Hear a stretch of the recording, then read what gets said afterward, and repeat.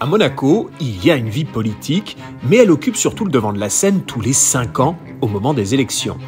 Un nouveau mouvement vient d'être lancé, Génération Monaco, avec pour ambition de proposer une alternative 3 ans avant le prochain scrutin. À sa tête, un jeune monégasque, 38 ans, qui a vécu à l'étranger en Suède et travaillé au sein de groupes internationaux avant de devenir entrepreneur dans le e-commerce. Nous avons souhaité partir à la rencontre de Marc Mourou. Bonjour Marc. Bonjour Yann Anthony. Il a été l'un des plus jeunes élus du Conseil national lors de la précédente mandature où il a successivement présidé la commission de l'éducation et des intérêts sociaux. L'ancien élu Primo ne s'était pas représenté avec la liste d'union en 2023 dans l'idée de lancer son propre mouvement politique et c'est chose faite depuis février.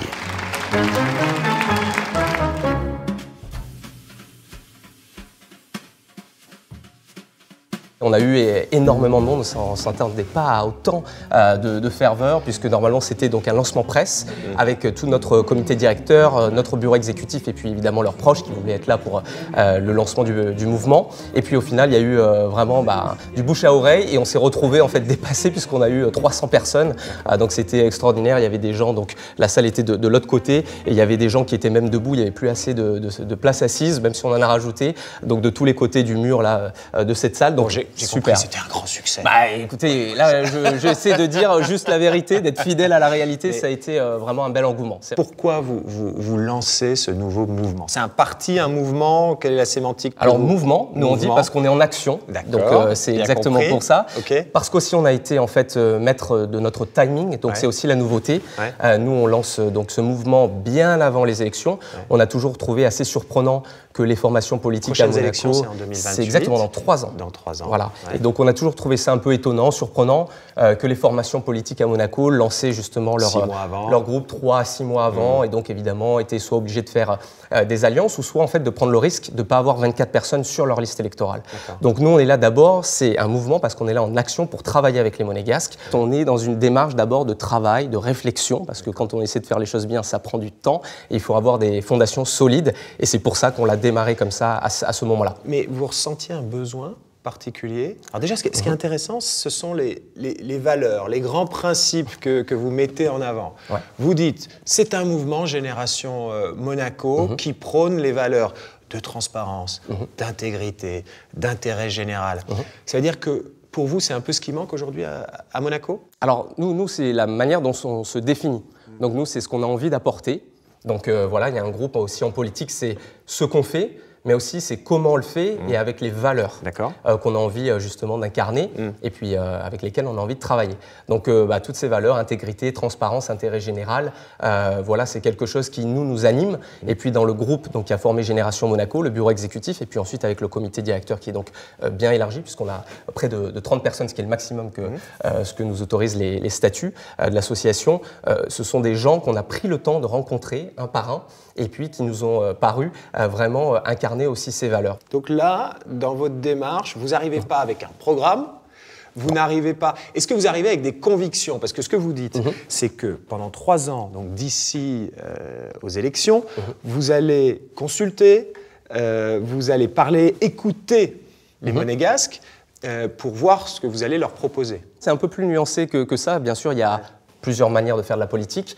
Nous, bien sûr, alors pour certaines personnes aussi qui, comme moi, sont anciens élus de la mandature, par exemple 2018-2023, des convictions, on en a, on les a portées et elles ont été, je pense, assez fortes sur des sujets bien importants et des fois même sensibles. Donc ça, c'est sûr qu'il y a ce côté-là. Mais il y a aussi le côté de dire... avec grand plaisir. Vos convictions. Bien sûr. Mais il y a aussi le côté de dire sur plein d'autres sujets où on n'a pas, nous, la prétention aussi de tout connaître et on n'arrive pas avec des idées préconçues parce que sinon, ça serait déjà un petit peu présomptueux et puis ça serait pas trop l'ADN d'être à l'écoute des Monégasques et d'avoir une certaine proximité avec eux, c'est de dire sur d'autres sujets, où certains on en a sur des convictions, d'autres, bien sûr on a besoin de faire des soirées, donc par exemple conférences avec des professionnels qui sont donc des experts et qui connaissent parfaitement le tissu économique, social, etc., associatif de Monaco, mais aussi d'écouter les Monégasques pour le retour du terrain. C'est super important d'être sur le terrain, c'est notre ADN à Génération Monaco, de dire on veut vous rencontrer, savoir ce qui dans votre vie en tant que Monégasque va, ce qui va peut-être pas, ce qu'on peut améliorer, ou est-ce qu'on peut un petit peu aussi faire les choses différemment. Et donc c'est ça aussi le but, c'est-à-dire qu'il y a des sujets où on va devoir recueillir l'avis des monégasques pour pouvoir nous ensuite, d'une manière toujours mesurée et équilibrée, mais essayer de proposer dans nos propositions finales et dans un programme les meilleures solutions pour eux. Et les monégasques ont souvent un avis. Toujours. Ils ont toujours un avis, Anthony. Et je dirais tant mieux. Et c'est super parce qu'en fait, ils s'intéressent énormément à la vie politique de Monaco. Il y a des grands passionnés. Malgré l'abstention aux dernières élections? Ben oui, ça c'est juste factuel. En fait, il y a eu un taux d'abstention massif. De mémoire, je crois que c'est 43%. Donc pour vous, ça, c'est pas une marque de désintérêt pour la politique? Ah bah ça envoie un signal, ça c'est sûr, c'est factuel. Donc voilà, après les gens ont les raisons, je peux pas parler à la place des monégasques, mais bien sûr ils ont leurs raisons. Mais vous, en tant que monégasque, quelle est votre explication de ça? Bah, je pense que les gens ne se sont pas retrouvés dans ce qui leur était proposé, en tout cas en grande partie. Donc je pense qu'il y a des gens qui sont allés pour faire leur devoir d'électeurs monégasques. Civique. Voilà, comme on dit civique. Donc certains y sont allés. Je pense que donc, beaucoup n'y sont pas allés parce qu'ils n'ont pas eu envie, ça les a pas fait rêver, ça leur a pas donné envie. Et vous voulez faire rêver? Bah non, nous on a la prétention, j'ai essayé de travailler et de proposer quelque chose de totalement différent. Sans parler de prétention, on peut avoir une ambition. Ah ben, c'est notre ambition, c'est de faire rêver. Voilà. Après, c'est pas nous qui pourrons. On va pas pouvoir vous dire, voilà, on fait rêver. Nous, on essaie de proposer quelque chose. Si les gens, tant mieux, s'y retrouvent, c'est tant mieux. C'est-à-dire qu'on sera arrivé à notre objectif. Mais en tout cas, on essaie de faire quelque chose de tout nouveau et de totalement différent pour les monégasques. Pour faire rêver, il faut aussi viser des objectifs, parfois un peu inatteignables. Mais c'est ça qui fait qu'on se dépasse, qu'on se surpasse. Bien sûr. Or, vous dites, ce que je veux, c'est arriver à un programme réaliste, réalisable. Ouais, tout à fait. Ah bah alors ça fait partie pour moi, c'est vraiment ma conception de la politique, c'est-à-dire que les hommes politiques et les femmes politiques, si c'est pour faire des promesses totalement irréalisables et mentir aux gens, c'est-à-dire clairement on essaie de vous dire des choses alors qu'on sait très bien qu'après on ne pourra pas les mettre en place, je trouve qu'il n'y a rien de pire pour décevoir en fait les monégasques et c'est surtout ne pas être digne de leur confiance. Là, avec moi, ma toute petite expérience, mais quand même pendant 5 ans au Conseil national, à chaque fois qu'on a essayé de faire des projets, et on en a, je pense, réussi une grande partie sur différentes thématiques, ça a été de dire, voilà, voici ce qu'on vous propose, c'est déjà quelque chose de peut-être compliqué parce qu'il y a des négociations évidemment entre gouvernement et Conseil national avec d'autres institutions, mais c'est quelque chose qui potentiellement on peut y arriver. Ou si on n'arrive pas à 100%, si déjà on arrive à 60 ou 70%, on aura fait un énorme pas et franchement c'est super pour tous les monégasques, pour les jeunes, c'est dans l'intérêt des gens. Mais de venir avec un programme et de dire, alors je donne un exemple simple, demain on va faire 3 terrains de foot à Monaco, ça va être extraordinaire. Je veux dire, moi je suis le premier à vouloir 3 terrains de foot, j'adore le foot et le sport, mais malheureusement c'est qu'à Monaco, avec un territoire qui est petit, bon, 3 terrains de foot, c'est non. Donc c'est d'ailleurs pour ça qu'entre 2018 et 2023, on est arrivé, c'était moi avec la commission éducation, jeunesse et sport, à obtenir un city stade pour les jeunes en libre service, totalement gratuit, qui est évidemment beaucoup plus petit, qui est à 2 endroits selon les manifestations à Monaco, mais quand même ça, c'est réaliste et réalisable justement. On sent une énergie. On essaie.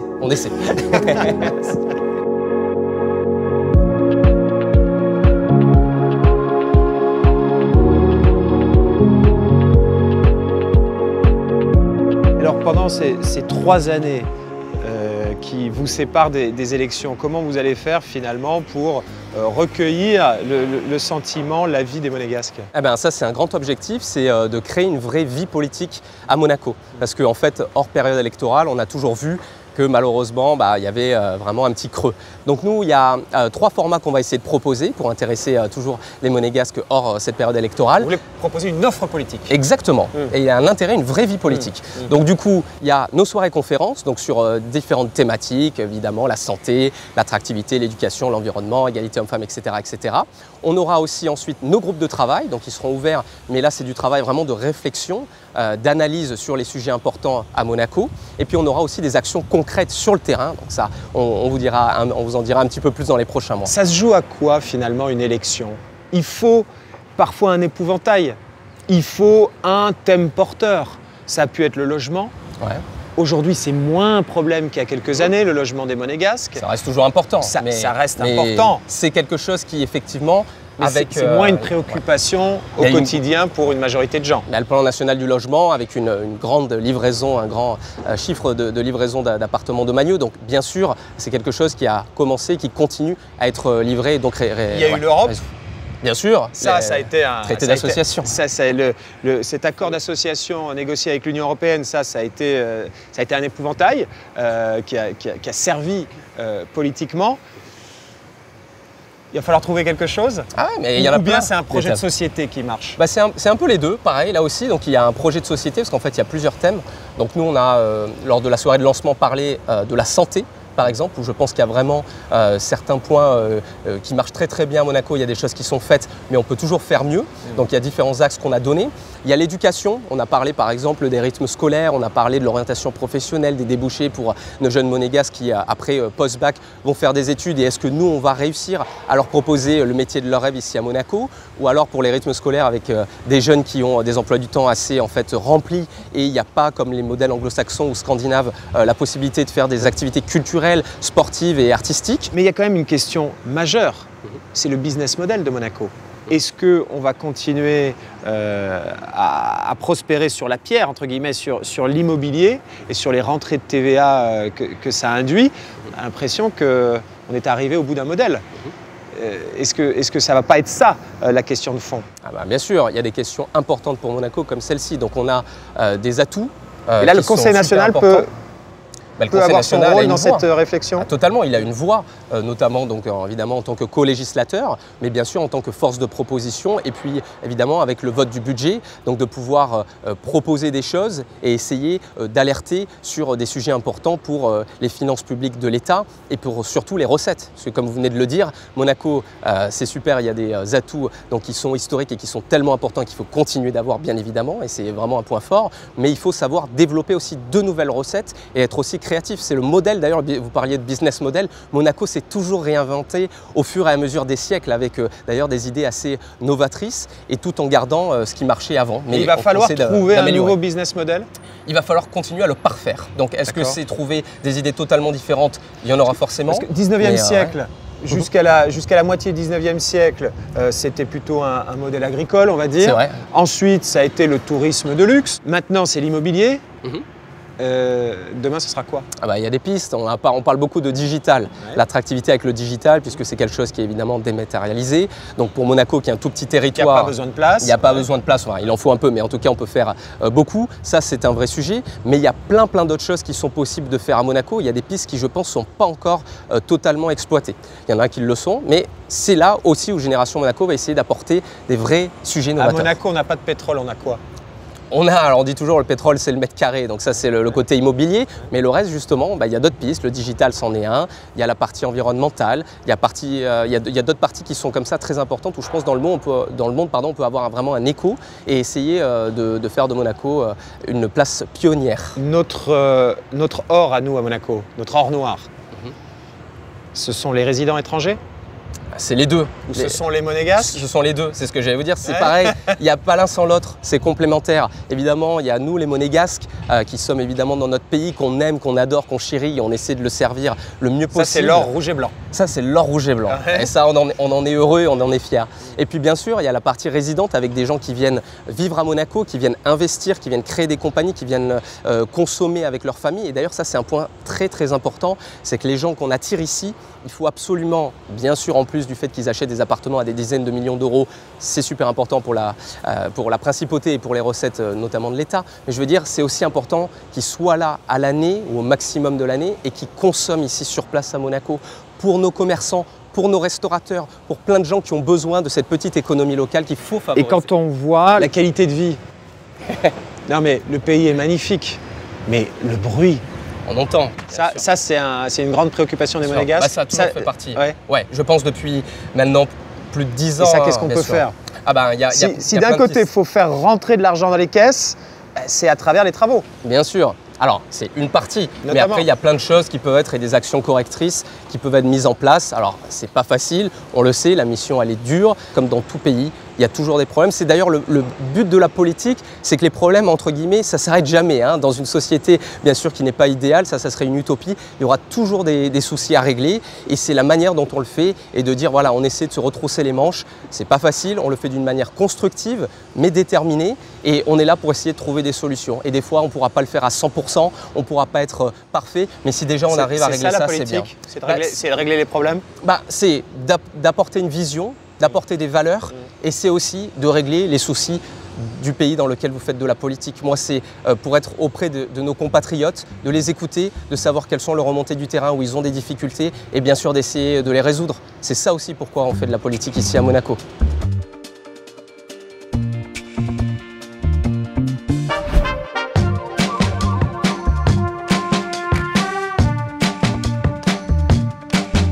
C'est sur la place du marché de la Condamine, au cœur de la vie monégasque, que Marc Mauroux a donné rendez-vous à quelques membres du comité directeur de Génération Monaco. Bonjour à tous, vous allez bien?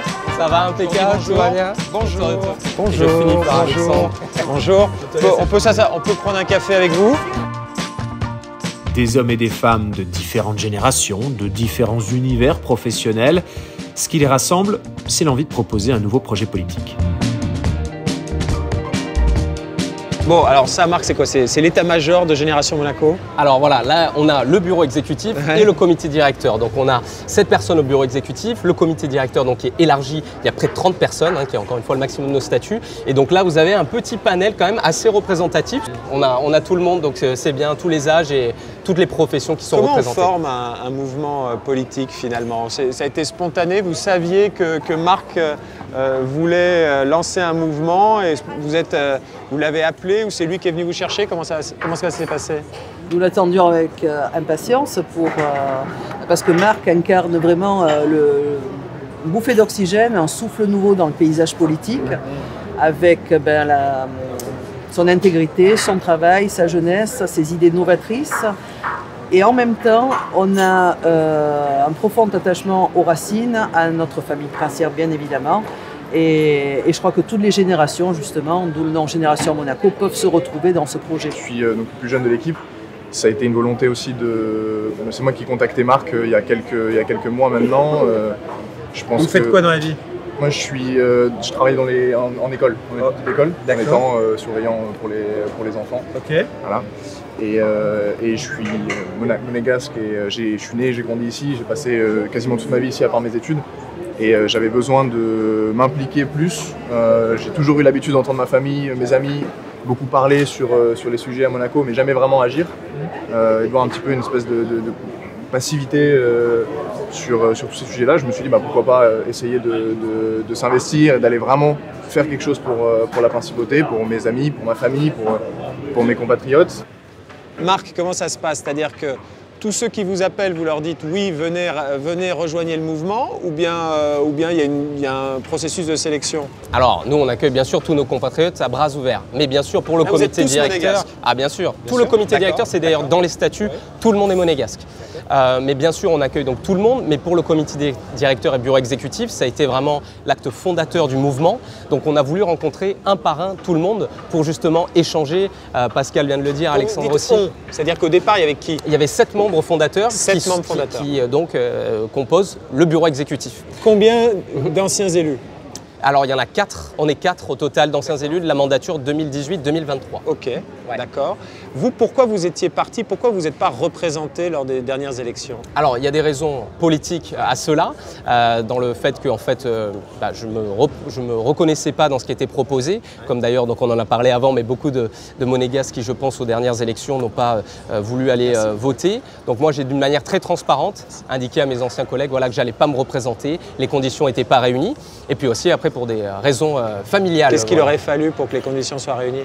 Il aurait fallu plein d'autres choses. J'ai dit aux personnes concernées en face, parce que j'aime bien dire les choses en face aux gens. Donc ça a été dit et ça a été d'ailleurs très transparent et dans un climat très détendu. Donc vous aviez déjà en tête à l'époque de vous préparer pour le scrutin suivant? Alors, à l'époque, je me disais juste, il y a une page qui se tourne, il y a une nouvelle page qui commencera peut-être. En attendant, d'abord, il fallait finir la mandature parce que la période électorale, c'était finalement donc 3 mois, c'est ça, c'est-à-dire début novembre. Et en fait, la mandature se termine en février. Donc d'abord, moi, j'ai continué à travailler jusqu'au dernier jour au Conseil national en tant qu'élu parce que c'est ça aussi l'implication réelle, c'est de rester jusqu'à la fin de la mandature et de bosser. Et c'est beaucoup de travail, le Conseil national? Ah, c'est beaucoup. Je ne me rends pas compte. C'est un métier?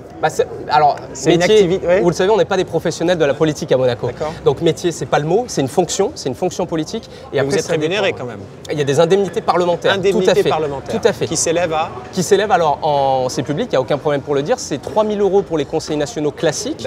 Pour les présidents de commission, c'est aux alentours, avec l'inflation, c'était 3 700 €. Et après, vice-président et président, c'est beaucoup plus. Je connais d'ailleurs pour le coup pas les chiffres. Et ça prend combien de temps? Alors ça dépend ce qu'on va en faire.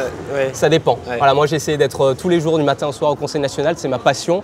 Donc je m'y suis épanoui vraiment. Moi j'ai essayé, c'est-à-dire que c'est pas le cas de tout le monde? Ah ben ça dépend ce que les gens veulent faire. Moi je peux pas parler pour les autres. Je vous dis juste que moi j'ai essayé de faire et pas que. Il y a plein d'autres personnes et d'ailleurs dans les 4 élus. Il y en a qui passent combien de temps par semaine? La fourchette c'est quoi? La fourchette ça peut être quand il y a beaucoup de commissions qu'on appelle les CPE, quand il y a des séances publiques à la télévision où déjà c'est du 17h minuit minimum. Ça peut être oui du non-stop. Ou en tout cas pas loin du non-stop. Après, il y a des périodes un peu plus creuses. Là, les mois par exemple de janvier, février sont toujours un peu plus creuses.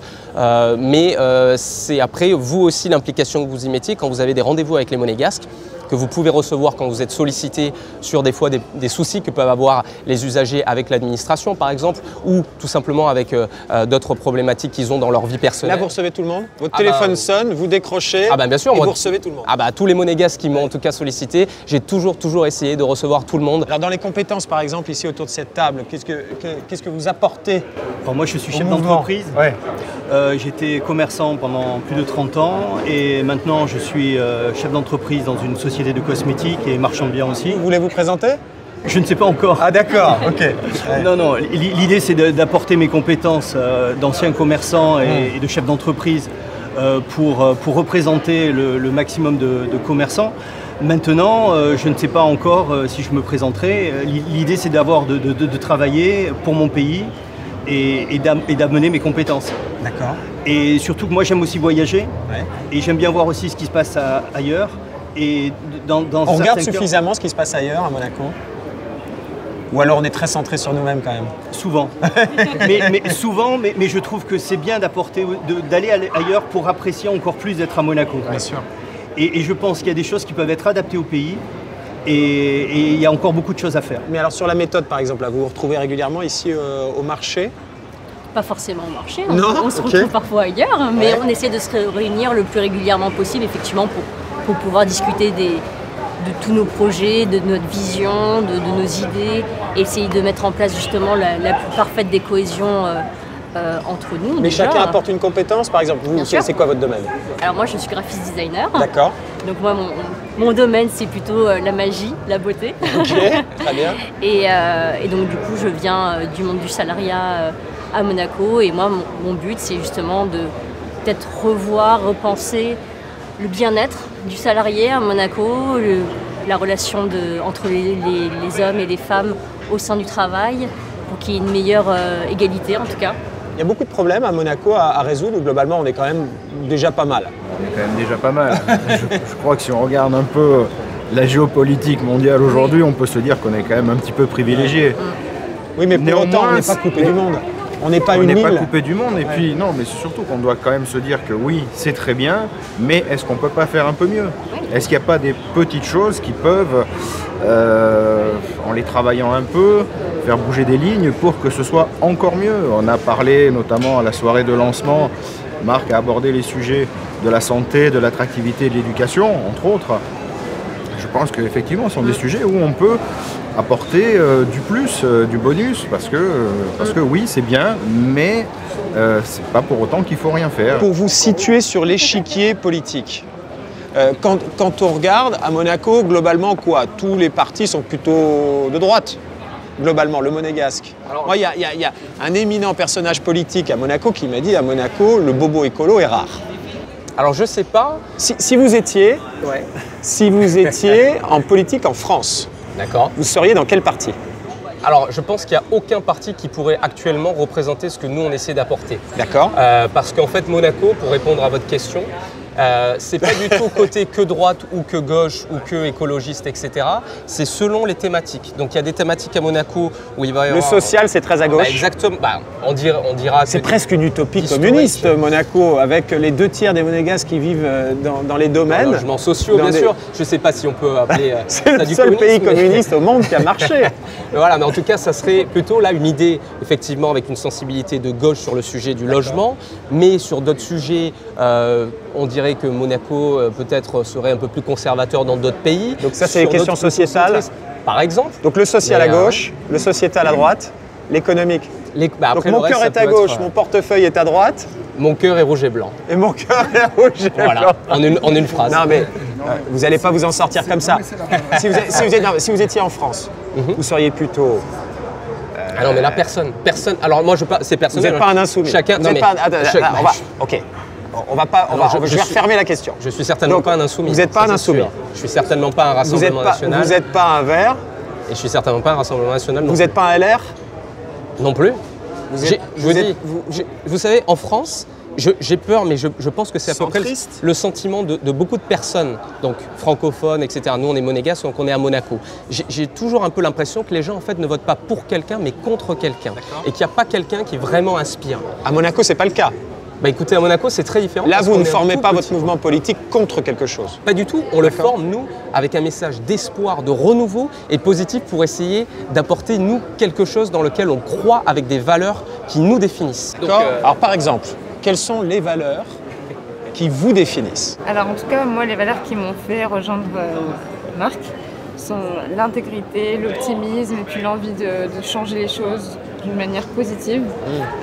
Moi, en tout cas, l'expérience que j'ai de connaissance de Marc et même du gouvernement en général, c'est qu'on a tous envie de changer les choses, mais on n'a pas forcément les moyens de le faire.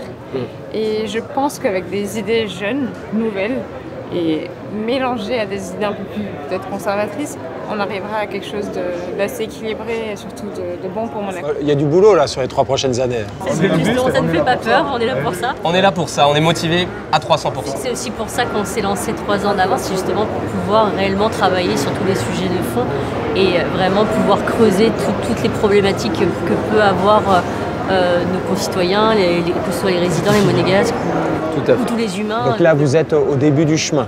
Ah oui, tout début. 1 mois après le lancement, on est au tout début. Oui. Bien sûr.